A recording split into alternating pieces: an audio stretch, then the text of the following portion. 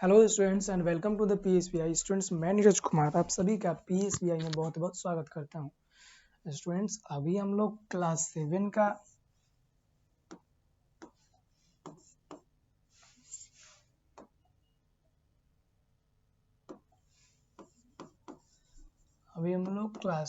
का चैप्टर 8 पढ़ रहे हैं, जिस चैप्टर का हमारा नाम क्या है,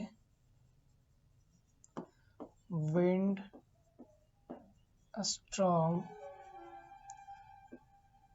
एंड साइक्लोन। हम लोग क्या पढ़ रहे हैं, विंड स्टॉर्म एंड साइक्लोन। तो स्टूडेंट्स चलते हैं हम सभी आगे और देखते हैं और सारी चीजों को। तो आज हम लोग पढ़ने वाले हैं टोर्नेडो। क्या पढ़ेंगे? टोर्नेडो। कुछ इस प्रकार का टोर्नेडो जो है उत्पन्न होता है। आप ये देख सकते हैं अपने साथ में कितने धूल मिट्टी और कितने स्पीड से जो है एयर इसमें ब्लो हो रहा है। तो ये जो है टोर्नेडो एक है, ठीक है। आप देख सकते हैं इसमें बड़े बड़े पेड़ जो है सभी उखड़ जाते हैं। तो आइए टोर्नेडो के बारे में समझते हैं कि टोर्नेडो क्या होता है। कहा जा रहा है tornado is also a circular storm. Tornado भी क्या है, एक क्या है, स्टॉर्म है। लेकिन ये कैसा स्टॉर्म है?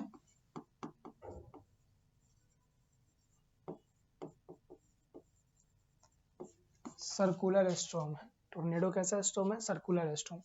However, it may be only a few meter to kilometer in diameter at the base. तो ये क्या है, ये अपने बेस से कुछ किलोमीटर के डायमीटर में क्या होता है, ये घटनाएं उत्पन्न होती है। A tornado is a twisting column of a violently spilling air. Tornado क्या है?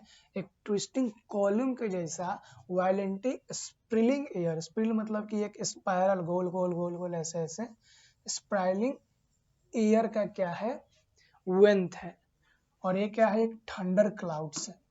It began as a black. Thunder clouds क्या है, आप लोगों को थंडर स्टॉर्म वाले जो टॉपिक हम पढ़ाए थे तो वहां पे अच्छे तरीके से बताया कि थंडर क्लाउड्स क्या होता है, ठीक है स्टूडेंट्स। तो आप लोग वहां पे इसे देख सकते हैं, इससे पिछले वाली क्लास में आपको मिल जाएगा। It began as a black funnel-shaped cloud in a large thunderstorm are reaching from the sky to the ground. अब ये क्या है, एक ब्लैक कलर का क्या होता है, ब्लैक कलर का फनल शेप का होता है, ठीक है, फनल के जैसा शेप का। ये अर्थ के ग्राउंड से लेकर के स्काई तक में देखने को मिलेगा। इस प्रकार से गोल गोल गोल गोल बवंडर जिसे हम लोग बोलते हैं, बवंडर नहीं है, अब बवंडर आएगा, उसी टाइप से ये उत्पन्न होता है, ठीक है। Tornadoes roar past in a minute, bringing winds blowing up to 400 पर किलोमीटर पर आवर। अब ये टोर्नेडो जो उत्पन्न होता है ये कुछ मिनट में भी उत्पन्न हो जाता है, ठीक है। जब हवा जो है, हवा की जब गति 400 किलोमीटर पर आवर की स्पीड से चलेगी तो टोर्नेडो जो है ये उत्पन्न हो जाता है, ठीक है। Air pressure at the centre of column is very low. इसके जो सेंटर ऑफ कॉलम में जो एयर प्रेशर होता है इसमें क्या होता है,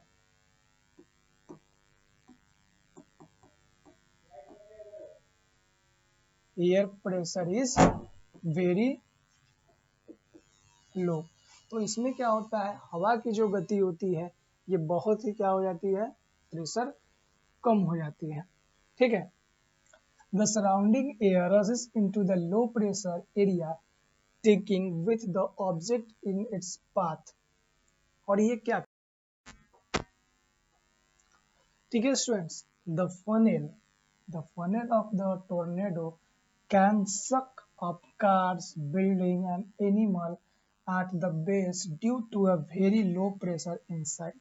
अब ये जो टोर्नेडो है, तो ये जो टोर्नेडो का जो ये सक, ये बेस जो है, ये बेस जो है ये जब चलता है तो इसकी स्पीड 400 किलोमीटर पर आवर होती है।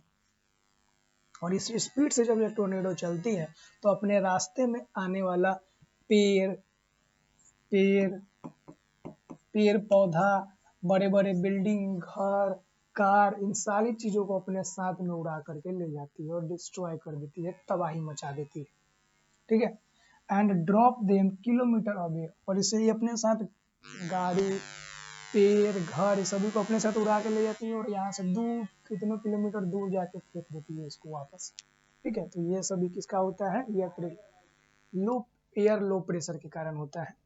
ठीक है, it can destroy anything in its path living behind a narrow band of destruction. ये अपने रास्ते में आने वाली सारी चीजों को डिस्ट्रॉय करती हुई चली जाती है, तबाह करती हुई चली जाती है।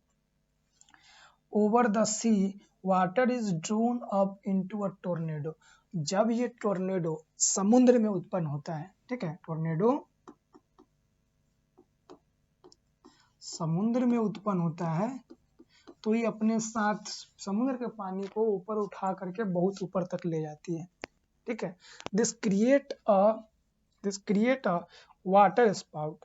और ये पानी को जब अपने साथ ऊपर ले जाती है तो इससे क्या बनता है? तो इससे बनता है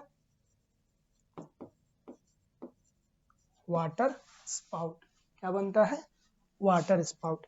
this create a water which last longer than the tornado itself.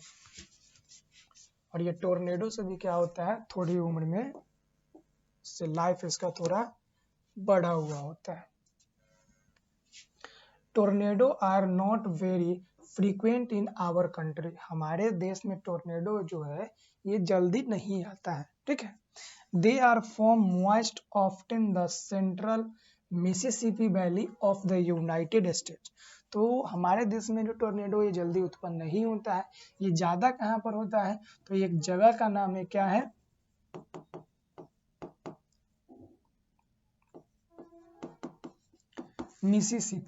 Mississippi valley, जिसे हम लोग मिसिसिपी घाटी भी बोल सकते हैं। और ये कहाँ है? यूएसए का मतलब यूनाइटेड स्टेट ऑफ अमेरिका। ठीक है, यूनाइटेड स्टेट ऑफ अमेरिका। तो ये मिसिसिपी वैली में ये उत्पन्न होता है।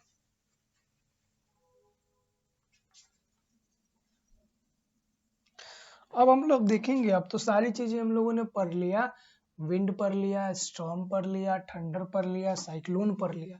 अब हमारे देश में अगर साइक्लोन उत्पन्न होती है तो इसे पहले से ही अनुमान कैसे लगाएं और उस अनुमान से अपने बचाव, अपनी सुरक्षा कैसे करेंगे। तो चलिए स्टूडेंट हम लोग जानते हैं। Safety measuring against cyclone. अगर साइक्लोन आए तो तुम लोग को क्या क्या चीजें सावधानी का ध्यान रखना चाहिए, उस सेफ्टी के बारे में हम लोग जानेंगे। The government has instructed a cyclone forecast and warning service.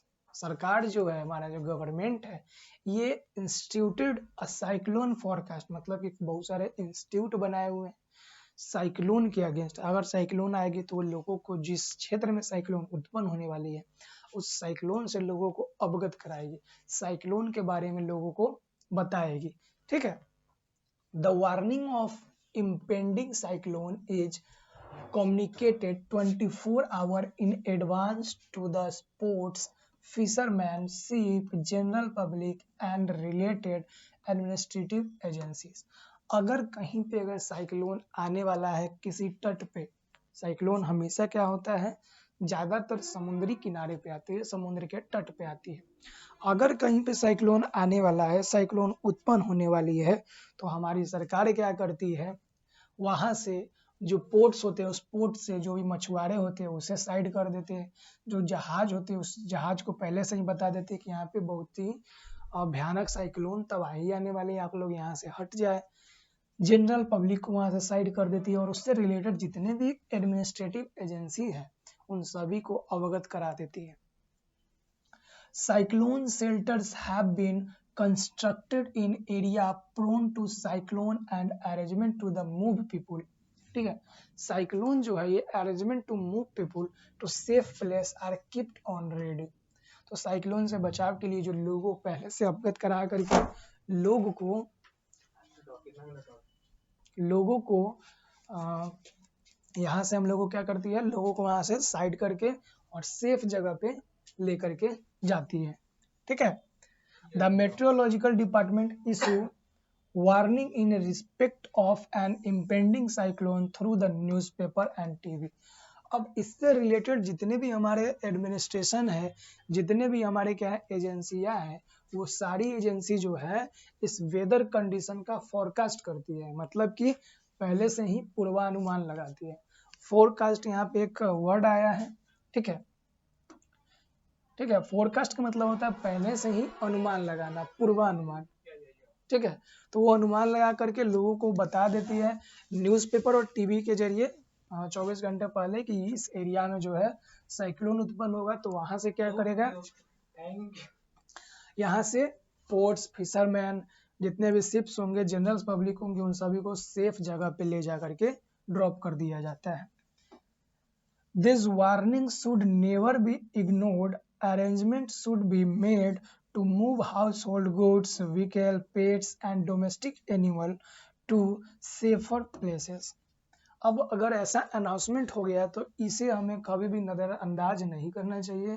इसे मतलब अनाउंसमेंट को सुनते ही हम सभी को हमारे जितने भी हाउस होल्ड होंगे, घर के सामान होंगे, व्हीकल होंगे, हमारे पेट्स, पालतू जानवर होंगे, डोमेस्टिक एनिमल, इन सारी चीज़ों को कहाँ पे ले जाना होगा, कोई सेफ प्लेस पे ले जाके हम लोग ड्रॉप कर देंगे, ठीक है।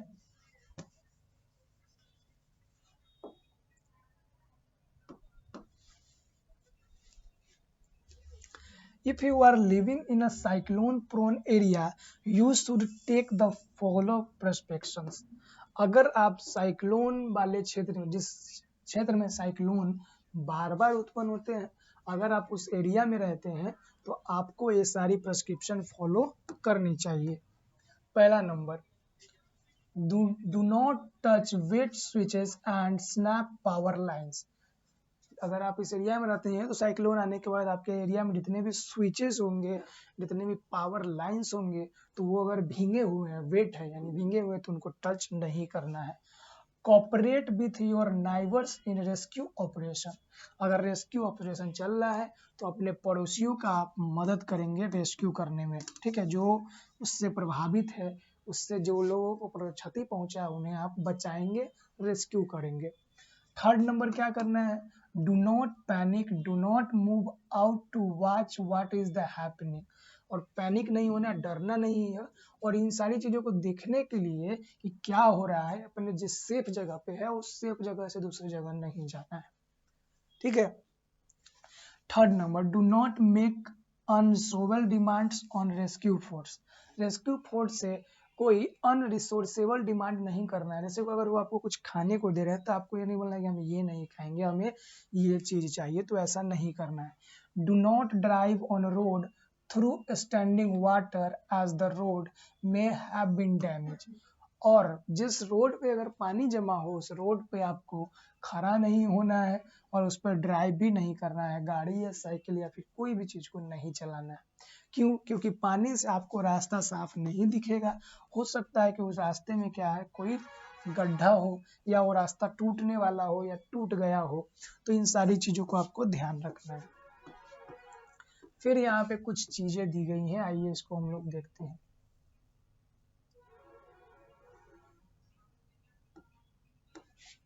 क्या दिया गया है, weather vane and anemometer.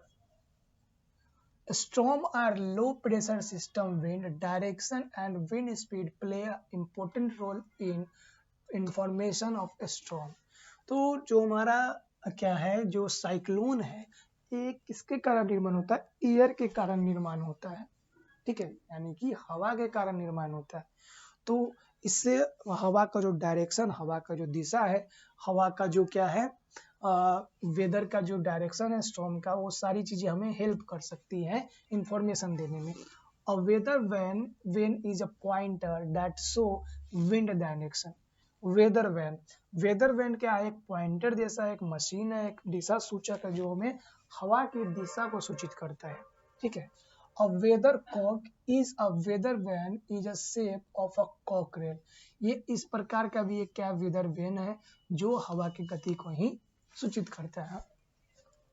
The weathercock is mounted atop a high building. weathercock जो है ये कहाँ पे माउंट कर टांग करके रखा रहता है, कोई ऊंचे जगह पे,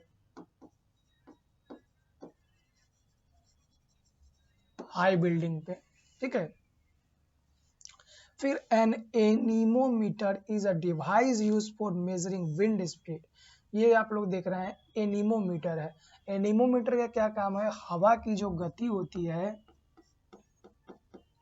हवा की गति इसे नापने में, इसे मेजर करने में इसकी अहम भूमिका होती है, ठीक है।